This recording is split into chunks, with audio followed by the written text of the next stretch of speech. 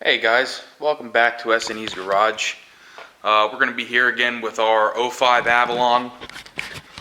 We still have the intake plenum off. We haven't gotten the spark plugs or anything out yet, simply because of the fact that I'm still waiting for the spark plugs. We did get our 3 ignition coils, we got our intake plenum gaskets, and we got our throttle body gasket. Now, one thing that's interesting that I wanted to show you guys, Toyota wants $120 per coil for their ignition coils, but Denso makes most, if not all, of Toyota's original equipment parts. If you look on some of their cars, everything on it says Denso. Now, what I thought was pretty cool here, I'm just opening this bag while I hold the camera, so I'm sorry, but this is the Denso coil. Now, if you look, there's a little spot where the part number would be if this was a Toyota coil, and it is actually grinded down like they are trying to hide the fact that this is it's basically just a rebranded Toyota original equipment ignition coil. So if you need anything for your Toyotas, anything at all, starters, sensors, things like that, 9 times out of 10, it's going to be a Denso unit. So if you can save, these coils were $40, $50, wherever they were, on Rock Auto. So I saved a ton of money by getting 3 Denso coils instead of going to Toyota and paying the markup for a Toyota stamp on it. So what we're going to do today, I can't really do much. I can't put the coils in until I get the plugs in, and the plugs obviously are not here yet. So we're going to take the intake manifold, and we're gonna go ahead and change our gaskets. Like I said, we have the plenum gaskets and the throttle body gasket. So let me get the plenum, let me get it out of the trunk, let me get it set up, and I'm going to show you how to change them real quick. So here's our plenum, the underside of it, where our gaskets are, 1, 2, 3, and here's our new gaskets. Now I went with Felpro. There were a couple of different brands on Rock Auto that I could have picked from, but I've used Felpro for many things, as valve cover gaskets, cam and crank seals, and I've had good luck with their products, so I like to stick with what I know. Toyota went ahead and designed these in a way that makes them super easy to change. There's just little tabs here, so you pull up on the tabs and you pull them right out. Now realistically, with how pliable and malleable this gasket is, I probably could have reused it. But why am I going to go through the trouble of pulling this off, pulling the intake manifold out and doing all this work and risk having a vacuum leak and more issues? So like I said, these are really easy. You just kind of pull them right from those little tabs and they come right out. Sometimes you'll have to clean the channels in here. In this case, they're actually super clean, so I'm really happy about that. So these just come right out. Now, a lot of people will spray like silicone or some sort of a lubricant into here for the new gaskets, but if you look, there's already oil in there, just from the normal combustion process of the engine coming in through the the crankcase vent. So I'm not going to do any of that. I'm going to go ahead, open these up, and I'm going to start pressing these new gaskets / O-rings into place. So let me put the camera down. Let me get this bag open, and I'll show you how to install them too.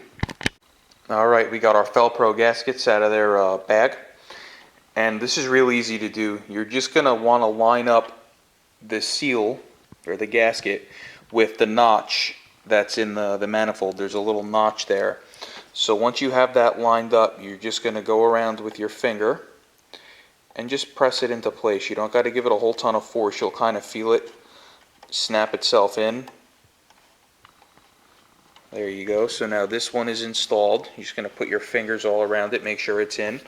We're going to go to the second one, and we're going to do the same thing. You might have to flip them back and forth to get them into the right spot, but again, we got the tab lined up with the notch in the manifold, and we just kind of run our fingers around it, get them in the way they belong. We don't want any vacuum leaks when we put this together. We want to put this thing in and be done with it and never have to pull it off again, at least not for another 120,000 miles. So we're going to do the same thing here. Last one. We're going to get this in. Okay, and there we go. So this is done. Our intake manifold, plenum, gaskets, whatever you want to call them, are done. So now we're going to take the tape off of our throttle body that we put in back when we were pulling it off. Like I said, I do this so stuff doesn't fall down into the intake. You don't have to, but again, like I said, it's just something that I do. I even do this at work. At work, I won't use painter's tape. I'll use rags. I didn't have any rags with me today, or when I did this. So I just went ahead and used some painter's tape because we're in the middle of building this house here. And I had plenty of painter's tape laying around. So yeah, so we got that off. Now this should be the same thing. There's a little tab right here. This is what it would look like if you were looking right at it. And we're just going to take this tab, like this, boop, and we're going to pull it right out. Here's our old O-ring. We're going to throw it out when I get to the garbage. And we're going to grab our new O-ring, which is also a Felpro. Kind of wish it was blue, but it doesn't have to be, not a huge deal. So let's get this bag open and be right back with you. Alright, so we have our old gasket out. We got our new one here, and we're going to do the same thing. The first spot that we're going to put in is where our tab is, which is right there. And then we're just going to work our way around and push it in to the channel.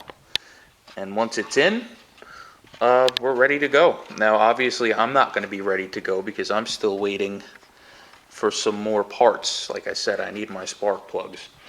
So this is going to be it for tonight. And you will see me again in about maybe 10 seconds when I have my spark plugs. And we'll take it from there. What's up, guys? We're back. We got our spark plugs, NGK laser iridiums. That's all I use on these cars is NGKs. So let's go ahead, we'll get the old plugs out, see how they look, get the new ones in. We got our front 3 plugs out.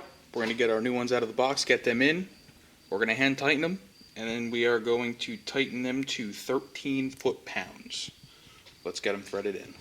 Alright, we got our spark plugs finger tight. We got our torque wrench here set to 13 foot-pounds. So let's get it in there. And let's tighten it up until it beeps. There we go, there's one.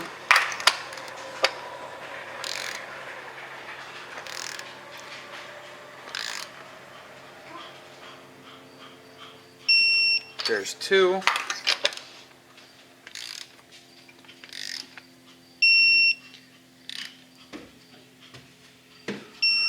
And there's 3. So we're just going to go over all 3 of them again.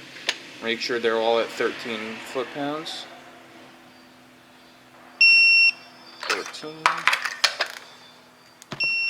13.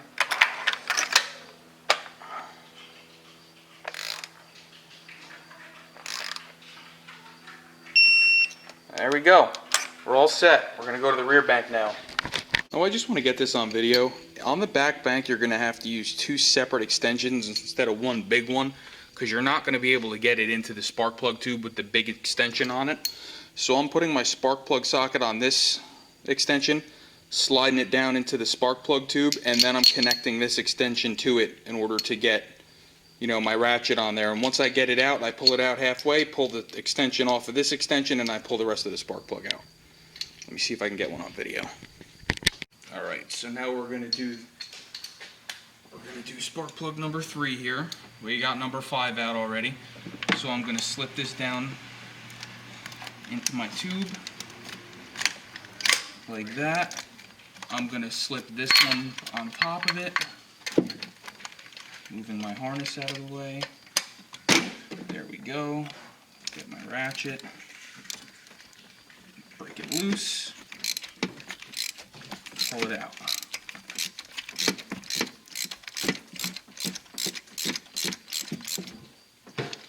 Should be able to spin this out all the way now. There we go.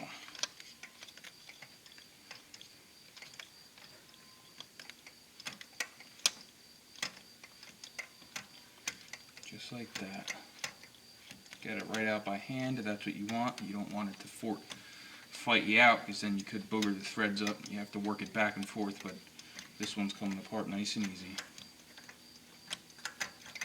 Get it out. Like I said, get it out halfway. Pull the extension off. Get it out the rest of the way. Boom. I'm going to get the last one, and we'll be back with you.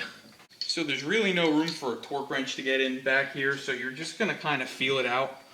You don't want to kill the spark plugs, but you want to make sure you bottom out the crush washer. On the bottom of the plug, bottom of the threads, there's a little washer. You just want to make sure you bottom that out. So once it stops spinning, you don't have to kill it, just snug it up, and that's it. So like I said, we're going to slide our one extension in, we're going to connect our second extension, and we're going to thread this in by hand as far as we can.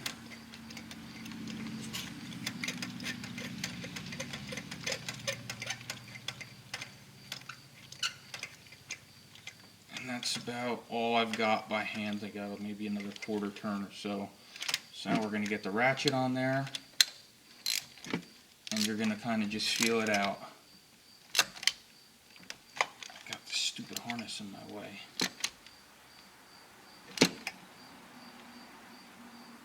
And that's it. You don't want to go any tighter than that. Just. Alright, so we got all 6 of our new spark plugs in. Now we're going to slide our 3 coils into place and put the harness back on top of the back of the engine. Alright, we got our new 3 coils on the rear bank. Now we're going to go ahead and start putting this harness back where it goes on its studs and stays. And we're going to start plugging everything in. We had to unplug our fuel injectors up under here. We got to plug them in. We got to plug the coils back in. I'm just going to go around and make sure everything's where it's supposed to be and everything's plugged in. Alright, we got our wire harness rerouted. We got it all bolted in there, and there. We have our fuel injectors all plugged back in, 1, 2, and 3. So now we are ready to start getting ready to reinstall the plenum. So I'm going to move this hose out of its way back where it goes. It's probably right over here somewhere, I don't know. And then we're going to pull the painter's tape off and start getting the intake ready to go on. There is one bracket that I have to loosely install back here that helps secure the manifold onto the throttle body. So I'm going to go get that and just loosely thread it in so that I know it's there. Because you have to put them all in loose before you tighten them, because you have to tighten the runner bolts first. So let me go get that ready. So there's my bracket. I just have it threaded into the valve cover tight enough to where it's not going to move up and down, but I can still move it side to side to get it to line up with the manifold. So let's get this blue painter's tape off, set the manifold up top, and start putting it on. So let's get to it. Alright guys, we got our painter's tape off of the runners. We're going to go ahead and spray some throttle body and intake cleaner onto a shop rag and just wipe down our mating surface, make sure we have a nice clean surface for those nice new gaskets that we put in yesterday to mate to. So basically we're just going to take a little bit of this, we're going to give it a little squirt. You don't need to do a whole lot, just enough to get the rag wet. Just switch hands here, and you're just going to wipe it down, and you're going to see it's going to clean it up. Give it a nice fresh surface to mate to. We don't want any vacuum leaks, any problems at all. We want to slap this thing together and never have to take it apart again. So go the extra mile, do it now, do it right, and you'll be golden. So let's go ahead and get our plenum, slap it on. So the plenum is now just resting on top of the engine. It's not bolted in, it's still loose. We have to put our two 12mm bolts that hold the plenum down to the throttle body, or not throttle body, sorry, the valve cover. We got to thread them in.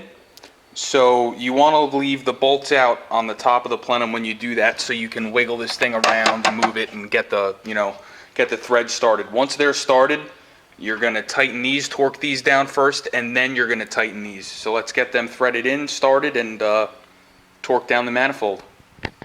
So this one back bolt on this side is really tricky. It's hard to get your hands in there. You can see my hands are a little beat up.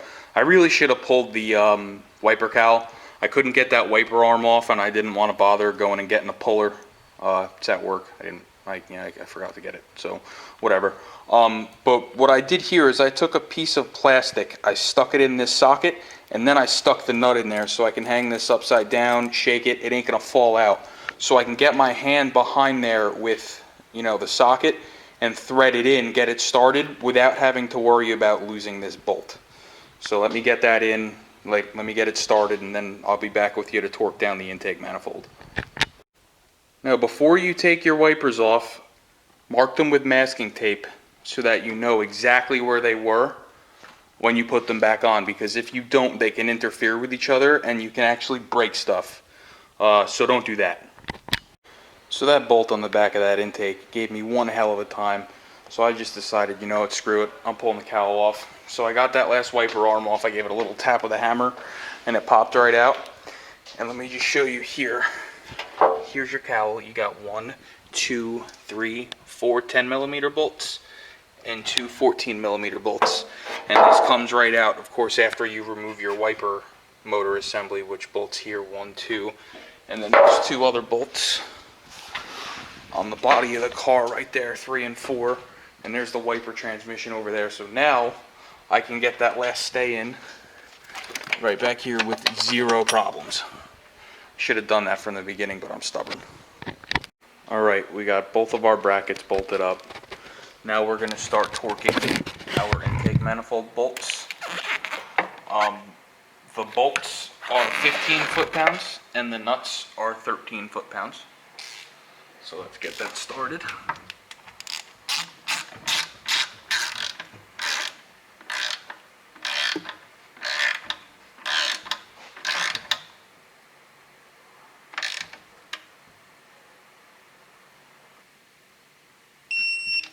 One.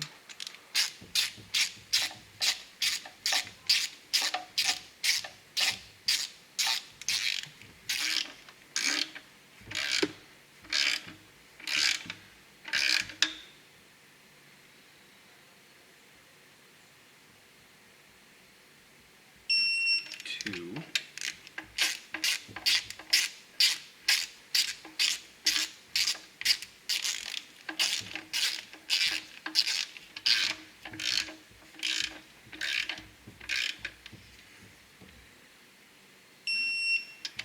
Three.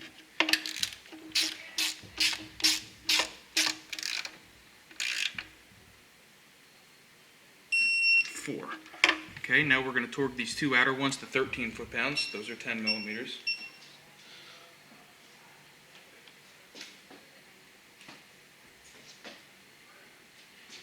Find a 10mm socket right here.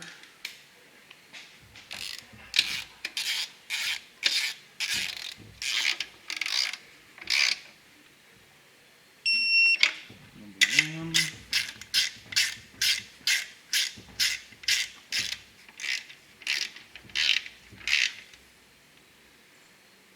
Number 2. All right. Now we're going to go ahead and tighten our 2 brackets on the back of the intake, and we're going to move over to the throttle body. All right, we got our wiper cowl back in, bolted back in. We got our 2 14mm bolts and then the 10s that run across the bottom of it. We're going to get our wiper transmission. We're going to put that back in. There's a little rubber stay, grommet type deal that goes into this little hole here. You'll see it right there. It just kind of slides in from the back and falls into place. So I'm going to go ahead and do that now, and I'll be back with you in a minute.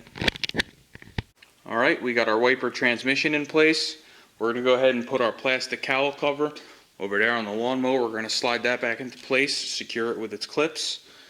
And then we're going to move on to another project on this car that I have to deal with. A couple of my connectors actually broke for the coils when I pulled them out. So I'm actually going to make another video for that. I'll link it in the description below. When I get back to this video, that's going to be repaired already. But let me go ahead and get this wiper cowl back on and repair those coil connectors, and then I'll be back with you. Alright, so we got our wiper cowl back on, and we're just getting ready to line up our windshield wipers, so let's go ahead and do that. Alright, we got our wiper cowl back on. We're going to go ahead and put our throttle body back on. Now, I have an aftermarket intake on mine, so your car might be different. Actually, it will be different if you don't have the intake I have. My bottom left bolt, so the bottom bolt that faces me, has a bracket on it for the cold air intake, so I'm going to leave that one out for right now, but I'm going to get the other 3 started, and then I'm going to set that bracket up and get my intake back on. Alright, so I went ahead and started all 4 of my throttle body bolts, And I slid my intake onto the throttle body with the bracket like I was talking about before, because it's kind of a pain in the butt. If you have a stock intake, you're not going to have to worry about that. You just throw your throttle body on and tighten the bolts. So I'm going to go ahead, I'm going to tighten my throttle body down in a crisscross pattern. I'm going to go from corner to corner, and then I'm going to tighten my hose clamps. I'm going to tighten my bracket down there, and there's a couple of vacuum hoses I have sitting in the trunk that I need to reconnect, and then I can throw the 2 front coils in. That's going to be the last thing I do because it's easiest. Then I can throw the engine cover on, and the car is ready to rock and roll. So just bear with me, and hopefully we'll get this thing running tonight. Alright, we got all of our vacuum lines reconnected. We plugged in our mass airflow sensor. We reconnected the hose to the brake booster. We're going to go ahead and get our last 2 coils, put them on. We're going to reconnect the battery, and we're going to fire up the car. Now with these Toyotas, when you first go to fire them off, it's going to start and stall right out. They just all do that after the battery's been disconnected. So don't be alarmed when that happens. Just start the car back up again, and it should idle fine. If it idles a little high or something like that, just give it a few minutes to normalize and check for check engine lights, and you should be good. So let me just button this up. But I just missed my my intake clamp. I gotta tighten that, and we'll be back with you. Alright, we're opening up our garage door. Just going to give her one good quick once over. Everything looks like it's plugged in. Let's move some of this stuff off of the engine so it doesn't fall. And let's fire her up. And hope to God it runs. Alright, let's see what happens here. Like I said, it's probably going to stall right out. Yep, like I said.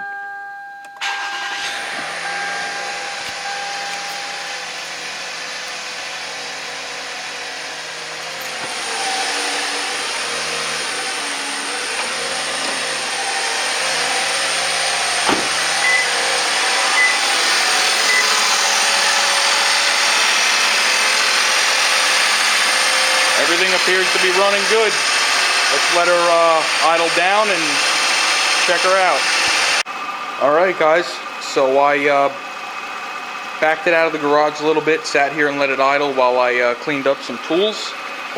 And I'm relatively sure she's all set. She's idling right where she wants to, right around 700 RPMs. Revs nice and smoothly, no more misfires, no more check engine light. Let's take her around the block, make sure everything's good, and that should be it. So if this series helped you out, please like, share, and subscribe. I really appreciate it.